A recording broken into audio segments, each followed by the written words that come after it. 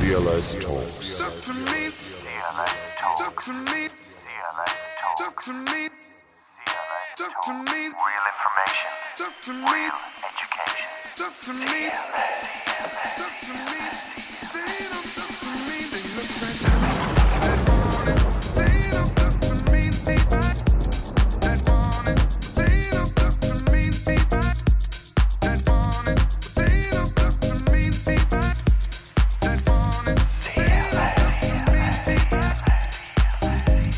Welcome back to the CLS Talks. It's the first of our feedback specials. We're getting lots and lots of feedback, and you get all the details down below under our YouTube videos and on the podcast page as well. So keep your feedback coming. It doesn't matter how irrelevant it may seem. We're going to address each and every one of your letters and emails. So the first one, I'm going to read it out for you, Des. We'll let you respond then in kind. We won't read out any names either. We'll just stick a false initial on each one. So, hello. I'm writing this message in hopes of getting a bit of attention. Canadian Revenue is putting me and my family under the scrutiny and wants to audit my claims and correctness of tax filing dating back to 2011 and 2012. I do not have much of the documentation and or receipts to support what they asked for at the moment, but I could certainly use your knowledge and experience dealing with similar matters. In return, I promise to share results and outcome of this affair in privacy. If you could support me in any way, that would be great. My current situation is quite hard, lost my job and nothing acceptable on the horizon. Best A. And before you begin, Des, I'll just stress that we're not dispensing legal advice here. We're just having a conversation for entertainment purposes, educational purposes, whatever, about the letters. It's not legal advice. Absolutely correct, Lionel.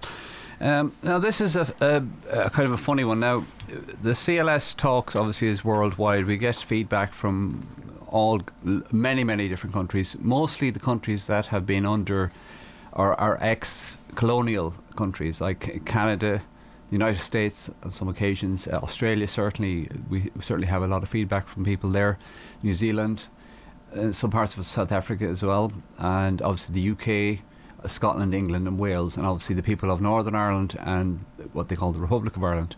So the feedback we're getting is international, and in this case it happens to be revenue in Canada. Now revenue in Canada wouldn't differ that much. There would be acts, codes and statutes that would be slightly differently worded and slightly differently put, but the premise is the same. It's the same form that they have in terms of revenue in the United States, Canada, the UK and Ireland. Is this to do with the British empirical Commonwealth system that existed and then common law, yeah? Yeah, it was just basically, again, as we alluded to before, it was just taken over by the state that became a new state, i.e. the United States or the state as we know it on this island. So although it's Canadian revenue he's talking about, he could be talking about Ireland, the Irish Revenue Commissioner or whatever it might be. Okay. So the key thing here is Mr. A says, I do not have much of the documentation and or receipts to support what they asked for. So the key thing is here, again, alluding back to the idea that whatever information you give them, they'll be able to use against you. So if revenue are coming at you and they want A, B, C, D, now again, it'll be a choice. It's your choice to decide whether or not you want to make declarations, whether or not you want to give them information, whether or not you want to pay income tax, so on and so forth. And again, we're not dispensing legal advice, but the law is there for you to have a look at yourself. Yeah. So in this case, Mr. A has not so far and to date given them any documentation or information that we can reference here to revenue. And I don't see why he would. That is the key contention here. Why would you give revenue any information that they might be able to use against you? Mm-hmm. If they're saying he should have made a tax filing dating back to 2011, 2012, Mr. A now needs to go and find out for himself if it's mandatory for him to make a declaration on his wages, on his commissions, on his tips, so on and so forth, i.e. his wages. Now, revenue will define what he's doing, his wages, so on and so forth. They'll say, well, that can be declared as income. But you do not have to declare wages as income. So really, it's a matter of him saying to revenue, well, what documentation are you alluding to? What are you referencing? And let them identify what it is they want from him, whether or not he has that. Now, if he doesn't have it, he cannot give it to them. Yeah. Isn't it that simple? Well, you can't get blood from a stone. But again, equally, you can't get documents if someone doesn't have them. Exactly. Now, again, I don't know whether or not he has documents. He says here he doesn't have much in the way of documentation and receipts and so forth. But if you don't have them, you can't give them. But why would you give information to somebody that you know they're going to use the information against you? Mm-hmm. So he could stand on that. Now again, he'll have to look at the law, and everybody, it's up to the man or woman that are listening to this to look at the law. Is it mandatory? Can somebody force you to give them information? Well, I would suggest it's not. You cannot force somebody to do something against their will in law. And the European Convention on Human Rights stipulates that most constitutions actually have wording to that effect as well. So you cannot force. This is the key thing here.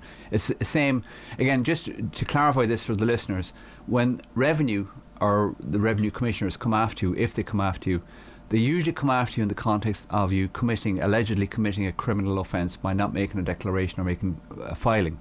So it's a criminal charge they come at you with, which potentially means you could be imprisoned. So just to clarify that, that's why a Gary Doyle order, this is why it's relevant to what we're covering here today, although we will cover some civil matters as well now. So I'll throw out the question then, who's the victim? That's a good question. Who is the victim? Because for a crime to be committed, there has to be a victim, presumably. Correct. And it says that again in the DPP guidelines for prosecutors. Now, we haven't checked out the DPP guidelines for prosecutors in every country, but I'd imagine it's the same. I can't imagine it'll be any different. You have to have a victim. You have to have a crime, an act of a crime. You have to have the intent to commit a crime there, and they have to be present at the same time. And if that isn't there, there's no crime. So good information to go on there and arm yourself with some of the facts relating to it. We'll go on to the next one. You have written a fantastic article about the corruption on our land. I have been awake for many years regarding our life and the world around us, but have been caught in the system since I was born and would love to get out of it. I have children, a job, and without doing the same soul-destroying job day in, day out, and pay my taxes, which leaves me struggling from check to check, I see no way out of the system. Unless I give it all up, but that will cause unbearable stress on the family, and I won't do that.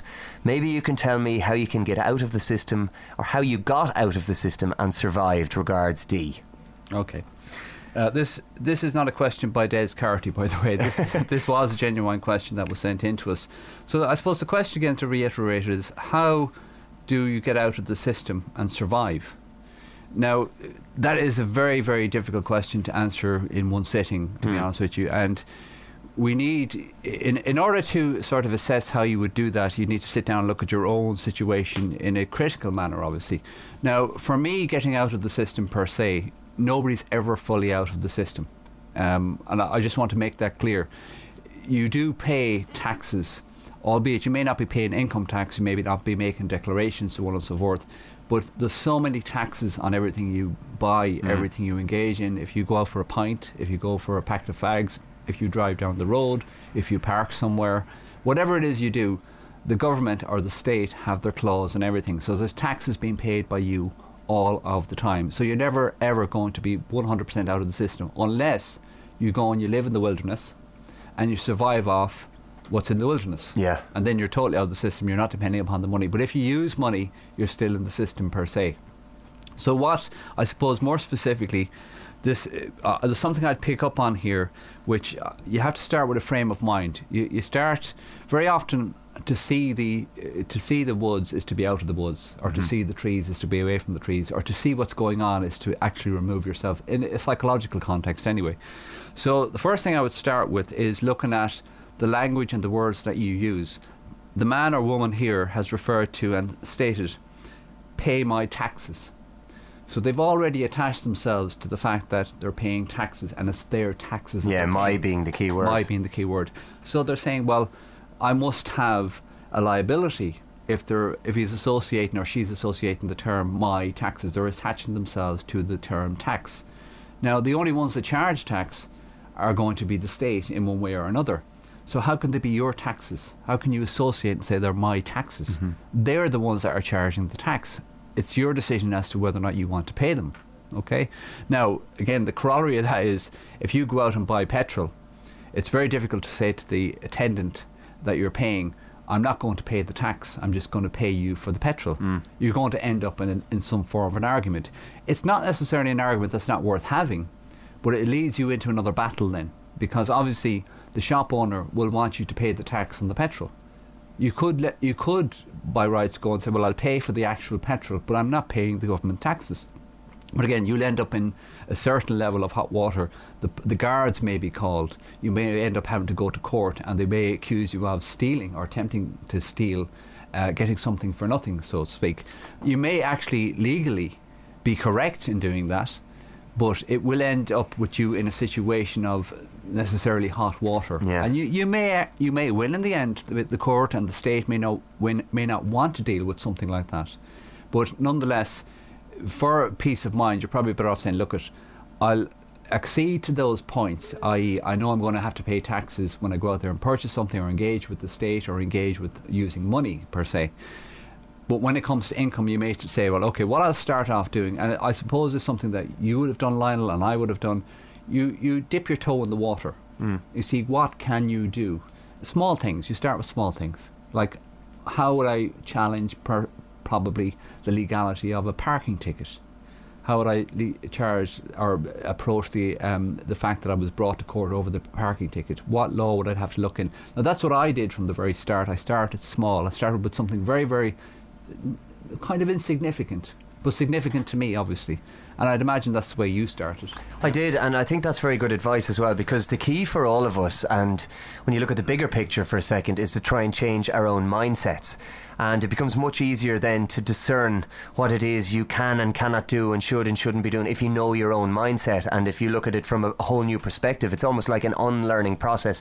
But you can't do that from the outset. I certainly couldn't anyway. And it's all those little small battles that you take on, and you'll win some and you'll lose some, but you learn and learn and learn all the way. And gradually your mindset begins to change.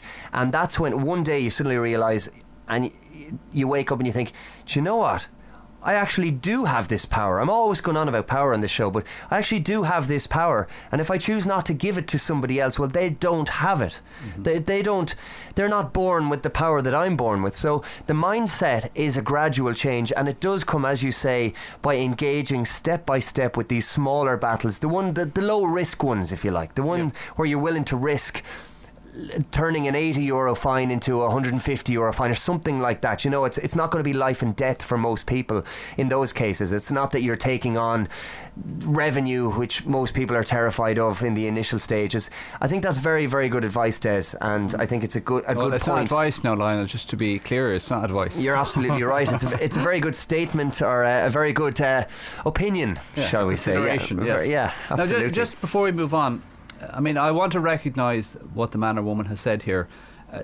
He or she has stated, unless I give it all up, but that will cause unbearable stress on the family, and I won't do that. That's fine, I accept that, and everybody should be considerate of their family. So that's why I suggest, if you're going to consider moving out of the system per se, you do it by small incremental steps. Stuff you can handle per se.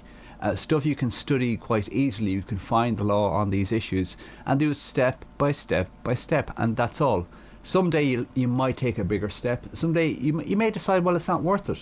You know, and that's a choice again you'll have for yourself. But at least then you'll know, well, you're doing it conscientiously. You're paying income tax because you've decided, well, fair enough, I want to pay income tax. I mean, we're not going to castigate or demonise anybody because they've decided they want to pay income tax. Now, I certainly wouldn't castigate or demonise anybody that is paying income tax if they're doing it in a conscientious way. Mm-hmm. Now, I would say that if you're blindly paying income tax, you need to have a look at that aspect of your life. Everybody needs to do that. Just if you're blindly doing anything, you need to consider, why am I doing this? And how am I allowing myself to be brought into this?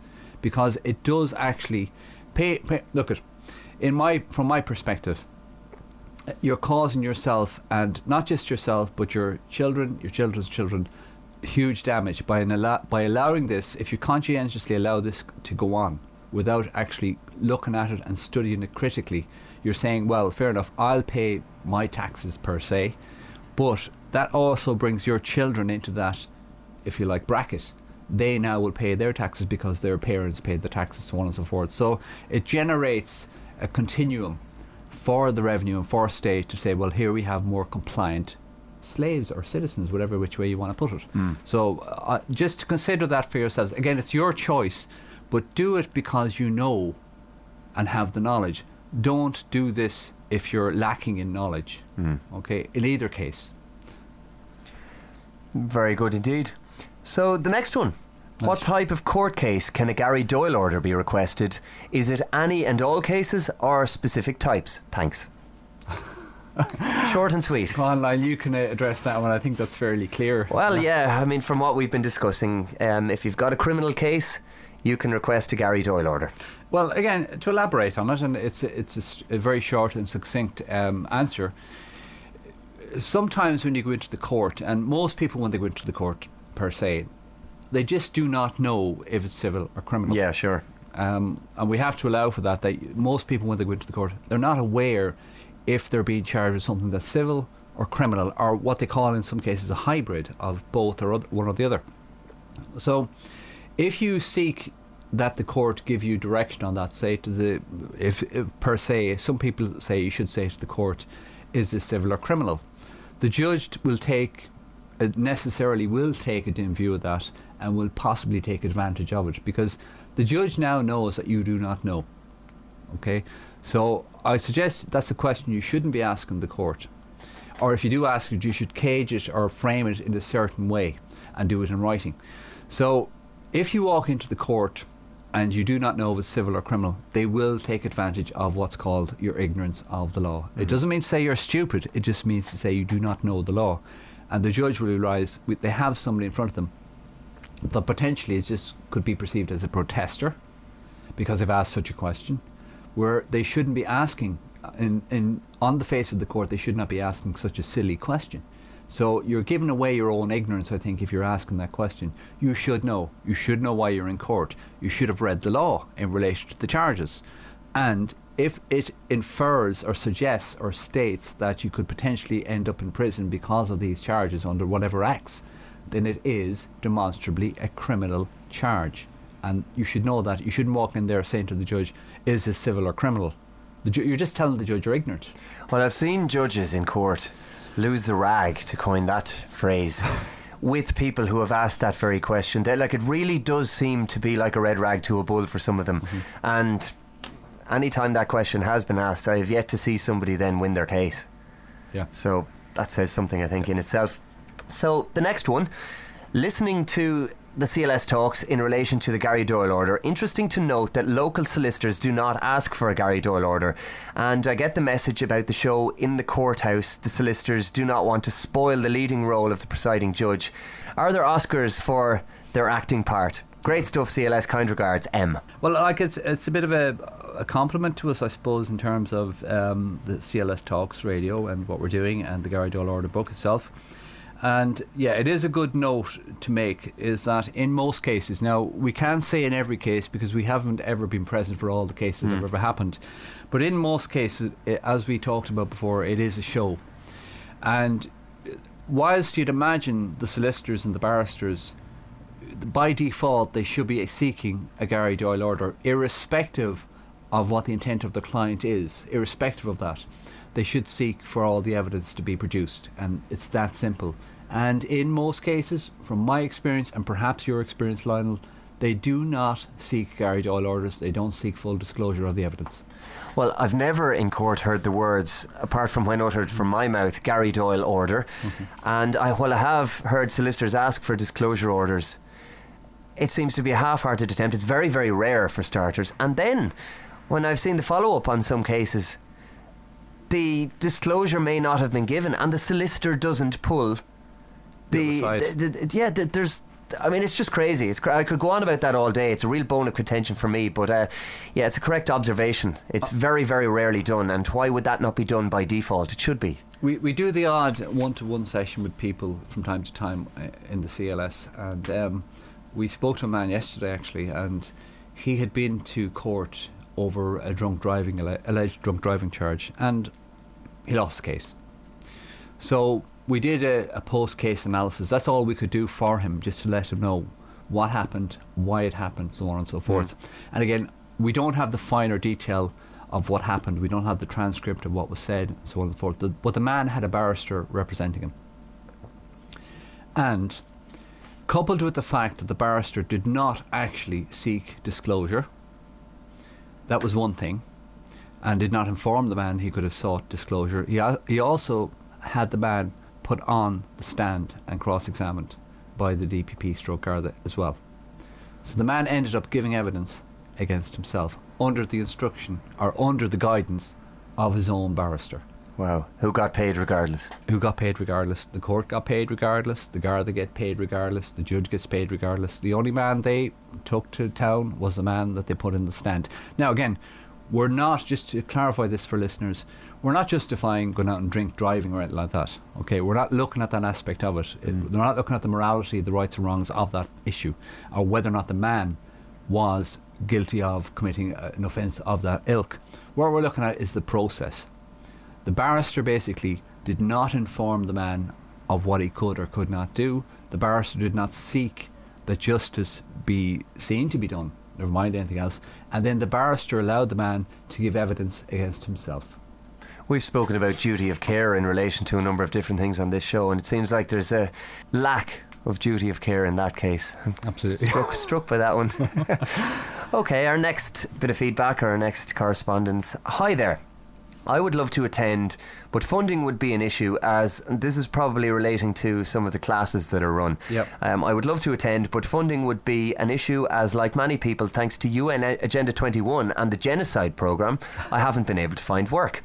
I'm planning on starting my own business, and this information would be very useful. Is there another way it could be funded? It would be amazing to have lots of people attend this talk. I think it's the income tax school that's coming up, with the income tax talk. Yeah. It would be amazing to have lots of people attend this talk so we can all take a stand against the terrorists in government. Attached updated leaflet, vital information for you and your family. Feel free to edit or use it in any way if it's useful. Many thanks. Okay. Well, obviously, we haven't attached to the notes we have here, Lionel, the reference that the man or woman made to the leaflet they had sent to us. And in loose terms, I'll just debrief you on that, what that was. It was about Agenda 21, about the broader government conspiracy, so on and so forth. Some people will know it as Agenda 30 now, since last year's conference in Brazil. Okay, I'm not familiar with that, but look, we can elaborate on that. Now, just a thing I'd pick up with this, one of the main reasons why we're doing the likes of the CLS talks, and the reason we put out emails and we do mail shots and all the rest of it, is because we realise that funding to attend schools and tutorials may be difficult for people. So this is why we do this. Yeah. We're putting this information out. Now again, we get feedback on this, and what I say to people is, listen to what goes on the CLS talks. Go back over again, because we've covered, I'd safely say, we will have covered, or we have already covered, a vast array of subjects that people will need to get aware of and become aware of and get knowledge of. So this is our way to say to people, look, if you can't attend a school or tutorial, so on and so forth, listen to what goes on the CLS talks, read critically the emails and the mail shots that we put out, because we're trying to push people towards study. It's more important that you study rather than attend a school or a tutorial, for that matter. And listening, I think, in terms of the CLS talks, we have broken down the material in common terms as best we can. So hopefully that helps and assists people, I'd imagine. Yeah, I totally agree with that. And the mail shots are very important as well, because in each mail shot, and they're very regular, there is enough stuff to be getting on with, and enough material for study or direction for your own study to last you a lifetime in each mail shot. And it's the same with the episodes of the CLS talks. Whatever we're talking about, that's going to open up can of worms after can of worms, Pandora's box after Pandora's box. So even one episode of the CLS talks where we might mention one or two different legal concepts or some of the terminology we use, that will lead you on your own path of discovery and education. And I think, to be honest, that's far more valuable, because what better way is there to learn than through experience and from actually looking stuff up yourself and critically analysing it, than just listening to us waxing lyrical about one thing or another. So, okay, another I suppose point to pick up on this, and again, I don't want the listeners to think we're being critical of what they're sending us. We're critiquing certainly what they sent us. We're being critical in the context of we're trying to analyse what's going on, what they're trying to say to us. But the statement here is that the man or woman has said is, I haven't been able to find work. Now, that's a particular bugbear with me. I mean, from when I was very, very young, and I don't want to hark back too much into history. Geez, you're going back a long time there. A long time ago. Work, there's always work. Okay, now whether or not it's fruitfully paid work or whatever it might be, but there is always work. And my modus operandi has always been, well, if you're working, you can find work. Okay, so what I'm reading here is this man or woman had the time to put together a 6 or 7 or 8 or 10 page leaflet in relation to Agenda 21 stroke Agenda 30 and elaborate on all these things and do a study on these things, whereas perhaps their mind shouldn't be as focused on such a thing. If they're interested in doing work, getting work, and I suppose earning a wage for themselves, there's a way to do that. And if you're concentrating just on looking at conspiracy theories per se, they might be true, whatever it might be, you're not really allowing yourself an opportunity to get out there and find work that you might get a wage for. So I'd say the focus should be less on, in this case, you take care of yourself first, you meet your own needs first, and then as a hobby or a side thing that you want to do, look at this. But I would say with the broader stuff, in terms of the broader, I suppose, conspiracy theories, don't make that the centre of your world. Work on yourself first. Again, this goes back to what we said earlier. You start with yourself. And if you're not able to feed yourself, why would you be wasting your time in terms of working on these broader conspiracy theories, be they right or wrong? Wouldn't you be better off taking care of yourself first, getting yourself some form of work that you can get involved with and perhaps laterally get a wage from, and then when you've got the time to spare and you've got proper energy, you've got proper food in you, you've got support, then working on the other stuff. It doesn't make any sense to me that somebody would put their energy into the conspiracy theory ideologies and negate getting themselves into a place where they've got a wage, they can feed themselves properly, they can take care of their families. Because you should start with yourself. That's where I think it starts. And I do, as somebody who has researched Agenda 21 quite a bit, I do understand where the writer of the letter is coming from and the frustration that they will feel, because Agenda 21 is very much pitched towards a kind of almost a socialist box-like society, and I'm firmly of the opinion that we're here to create, we're not here to conform necessarily. But to follow on from what you've said, Des, I think quite often if people apply a certain amount of imagination and creativity to what it is they do, not always, but in a lot of cases, you can find a way to earn a living from what it is you're passionate about. So if you're passionate about Agenda 21 or Agenda 30 or whatever it might be, perhaps look at ways to fund yourself through that. And there are ways. I don't know what they are off the top of my head, but there certainly are ways. And it's always something worth exploring, because if you can figure out a way to make money, and let's face it, the paradigm that we're currently existing in requires that we do make a certain amount of money. So if you can find a way to do that whilst doing something that you're passionate about, well, you're never really going to work a day in your life, and things become a hell of a lot easier. And it's very easy for me to sit here and say that. I mean, if I could apply that to my own life every day of the week, well, sure, I wouldn't be sitting here now, would I? But you probably still would. Well, maybe I would, but I certainly wouldn't be sitting in a courtroom that often. Yeah. So I think that's worth bearing in mind. I think there's a lot to be gleaned from that. Okay. Well, look, it's the writer pointed out an area of research that people can look at, which is Agenda 21 stroke Agenda 30, and by all means go out there, research this for yourself. If nothing else, that was a good point to make for people. We're not going to go into the elaboracy of reading out the 6-page leaflet that we were sent, because it would just take up too much time. It's an area of research people can check out for themselves. And there is loads I mean, go to the UN website, you can find it there in plain black and white. A few colours thrown in as well, but it's there for all to see, and I think it's very worthwhile to research that type of thing too. So the next one, question: why should Britain live under an oligarchy like the European Union when it has a perfectly good democratic government of its own? I was lucky enough to have the following as lead letter in the Daily Mail, 11th February, and although I have termed it a, quote, group dictatorship, this proves that the EU is basically a dictatorship. Why should you and the British public want their children and grandchildren to live under a dictatorship of any kind? Is this necessary? You are welcome to pass this around. S. Okay. Well, again, it was another broad email and correspondence that we got, and it wasn't necessarily directed at us to answer, but it is posed as a question. Yeah. So, again, we did respond to this in terms of, we directly responded to Mr. S or Miss S, whatever it is, and we said, well, what's the difference? Living under the crown, isn't that a dictatorship? What's the difference? And we also asked the question, well, what is democracy? So we threw the questions back.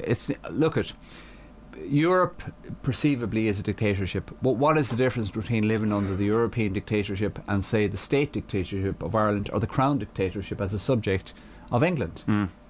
It's just a broader type of dictatorship. It's a different form of ruler. Yeah. So the question we put back, because this individual, say, call them S, they were saying, well, obviously they want to pull out of Europe. They would be in favour of pulling out of Europe. But what are you pulling out of it for? You're pulling out of it for the same thing. It's the illusion of choice again, isn't it? You're living still under a form of dictatorship. I presume you prefer to live under a British dictatorship as opposed to European dictatorship, but it's still a dictatorship, isn't it? Well, if there's a ruler there, there's somebody else who's telling you what to do, Exactly. whether you like it or not. And I mean, my own personal preference is for a state of anarchy, which, when you look at the true meaning of the word anarchy, is an absence of rulers. It's not necessarily a chaotic system. And I do think to get to a true state of collective anarchy, there would be chaos because we're so entrenched in the current system of rulers that we have. But I think we're born as sovereign beings, and we should be looking to have our own internal monarchy. And I mean monarchy, the one ruler. So internally we rule ourselves in a monarchy, not an external monarchy. Yeah. And then external anarchy, which is the absence of rulers. Not an easy thing to get to, but it's certainly aspirational for me on a personal level. If I know that an awful lot of people that perceivably we call them professionals, business professionals, legal professionals, whatever it might be, they would have studied, is it Maslow's hierarchy of needs? Yeah. And at the top of that pyramid, inverted commas, is self-actualization. When all the other needs are met, then you get to the point where you learn, or you're going to eventually self-actualize, which to me means you're self-governing. You know yourself, know thyself. And you know what you are, who you are, where you came from, and how to govern what you do. Now, people would categorize that. They don't attach the term anarchy to that. But that's what it means to me, is when you're self-actualized, you can self-govern. That's what anarchy is. And that's what the state do not want. Absolutely. That's, now, again, the question they've asked in my terms, to me, would be a very naive question, because, again, they're asking, do I want one type of dictatorship as opposed to another? It's a bit like whether or not you want Fianna Fáil or Fine Gael in the context of this island. Well, what's the difference? And I would ask anybody out there to have a think about this. Is there anybody in favour of slavery? I'd imagine there are very few out there who are in favour of slavery. Well, if you've got a master, you have to have a slave. That's it. So have a think about that one. Right, we'll go on. Yeah, listeners, listen. If you want. If you want, yeah. Right, the next one. Hi. When Irish Water and Property Tax keep sending me bills, do I reply with the first letter I sent them stating I never signed up to a contract and therefore I owe no money to you, or do I just ignore it? Thank you. Well, look, it's not for us to dictate what you do or don't do. But if you have sent a letter to Irish Water stating, well, we don't have a contract, I mean, how simpler could that be? And it's a pain in the behind. I was going to say something else, but it's a pain in the behind to be getting these letters. Now, I would, from my perspective, if Irish Water were writing to me, I'd perhaps write a few times and say, look, just to remind you, we did write to you, to remind you we don't have a contract with you. Would you please stop harassing us? Get into the sphere or arena of what's called the Non-Fatal Offence Against the Persons Act 1997. 97, yeah. And have a look at that act, the Non-Fatal Offences Against the Persons Act 1997, and it tells you in clear, plain English that nobody can coerce you, harass you, or write to you in the context of making a demand for money that you do not owe. So it could be constituted as a criminal offence, i.e. it could be constituted as harassment. Now, perhaps you should expand the terms of your letter and say, well, look, should you continue to harass me as constituted under the Non-Fatal Offence Against Persons Act 1997, we will have to take issue with this, and we may have to report this issue to An Garda Síochána, because those are the people that deal with harassment and criminal offences. So from here on in, if you wish to address me or any other party at this home, perhaps you'd care to address An Garda Síochána as well. So that might then get them to a position where they think, right, well, they can only really do that once or twice before the guards really can be involved in this. You can go down to the guard station and say, well, look, they're harassing me. I've got a recording of the calls. If they're making calls, I have a copy of the paperwork they're sending me. I've told them in no uncertain terms not to continue to harass me. I do not have a contract with these people. Can you take care of this? Can you give me a pulse number that I can use, so that if anything else comes through, we can put it on file, and then eventually you can go and arrest these people for harassment. Now, getting a letter of that ilk with somebody in Irish water, they won't like it. They might still respond after the first of those types of letters, but by the time the third one comes around, they'll be pretty on the fringe. It'll be 50-50 whether or not they should ever write to you again. Equally, if you, and I think you've experienced this as well, Lionel, when you phone them up or write to them and say, take my details, my personal details off your database, by law they have to. They do. And there's an interesting, you'll find it on our YouTube channel if you just go digging there. It's one of the earlier ones from a year or two ago, a video called Bye Bye Billy, which demonstrates just that point. So it's exceptional. It's interesting, to say the least. No, it's actually quite good. If you listen, I mean, look, I've listened to it quite a few times. It's very clear. It's very congenial. There's no aggression in it. Both parties on the phone are pretty happy and they're happy to exchange information. It's very straightforward. Now, you don't often get that with these people in the call centres. You certainly don't. Yeah. But if you can listen to this recording that has been done for the listeners, listen to it a few times and literally write down a transcript and know what you want to say and know you want to put that across. And again, we'd suggest for everybody, when you're making these types of calls, record them. Most phones now have a recording device on them. And again, I'd reiterate that if you want to send us in your calls, we'll obviously keep the personal details out, we'll edit them out. But they always make for very interesting listening. If nothing else, even if you kind of messed up the phone call, so what? You've made a mistake. Yeah. If we get to analyse it, then we can say, well, actually, this is what was done correctly. You perhaps need to tidy this up, and then you can make the phone call again. So I think that would help people. I think so, absolutely. We'll take one more before the end of this episode. Hi. The CLS talks really put flesh on the bones for any man, woman who have read your books or attended any of your tutorials, and for everyone else, hopefully they will see all is not rosy in the Garden of Ireland. Any chance they could be part of the school curriculum? On a more serious note, the talks are brilliant and I really look forward to them. The Art of War may be a good book to dissect, but I think the Gary Doyle order will give people a good idea of what to expect from An Garda Síochána, the state, the judiciary, should they fall foul of their legislation. Will asking questions be a regular part of the talks going forward? All the best for now. Well, yeah, they will, and that's why we're doing this show. I don't know if the only question is there, will, as I said, the asking questions be a regular part of the talks? I mean, the rest is kind of a compliment to the work we're doing, really, complementary to the work. And where it's appropriate, we do bring in recordings of calls that are made into the schools for people to analyse, and transcripts as well. We ask people to analyse transcripts, and we take them, we flesh them out, we put meat on the bones, we take them all apart again. We do a thing called critical reading, critical writing, and then the follow-on of that, the corollary of that would be critical thinking. Yeah. So once you can get down how to read something. Now, critical reading, sorry, we'll go off into a tangent here if you don't mind, Lionel. Critical reading really is, you sit down with a piece of paper, a paragraph, with a couple of pens and a highlighter, and you read through once, and you highlight the things you think may be important, then you read through again, you highlight those things that you think, and you categorise them as the most important things. You go back then, and you set a set of questions against the things you've highlighted. Why, where, how, when, if, what, so on and so forth. You set a set of questions against them and see if you can ask them yourself.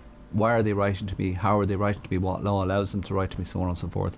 And then go back again and again and again, and over and over and over. Then address questions in relation to the paragraphs that you've looked at, and then perhaps even send those questions off to the parties that are writing to you. And we do this in the schools, the tutorials. We try to break it down. Critical reading leads to critical writing. The critical writing is in the questions you ask. Yeah. And out of that comes critical thinking. And as you alluded to before, Lionel, you said this yourself, you're now able to critically think on the fly when somebody speaks to you. It's your, what you call your bullshit radar. Yeah, it's kind of a bullshit radar, and it's great for annoying people if you want as well, because if you can really break down what they're saying, most people, most of the time, don't necessarily use the words that match the meaning of what they're talking about, and you can have great fun with that too. So Perhaps we're guilty of that ourselves sometimes. I'm certainly guilty of it. There's no question about it. I'll hold my hands up there. We've another one here. It's not a question per se, but it is a comment, so we'll read it out. Just a quick note, lads, to say keep up the good work, great work.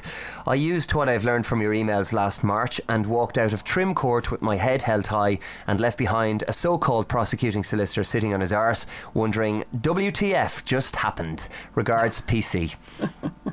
Yeah, read that out again. I like that. Yeah, we will go for it. Positive note. Yeah, just a quick note, lads, to say keep up the good work. Used what I have learned from your emails last March and walked out of Trim Court with my head held high and left behind a so-called prosecuting solicitor sitting on his arse wondering what the hell just happened. And that's what we want to hear. Absolutely, yeah. That's why we do what we do. It's to empower people to use the information themselves in the way that they deem will protect them as best as possible. So that brings another episode to a conclusion. Thanks as always, Des. We'll be back very, very soon. Thanks very much, Lionel. The CLS Talks.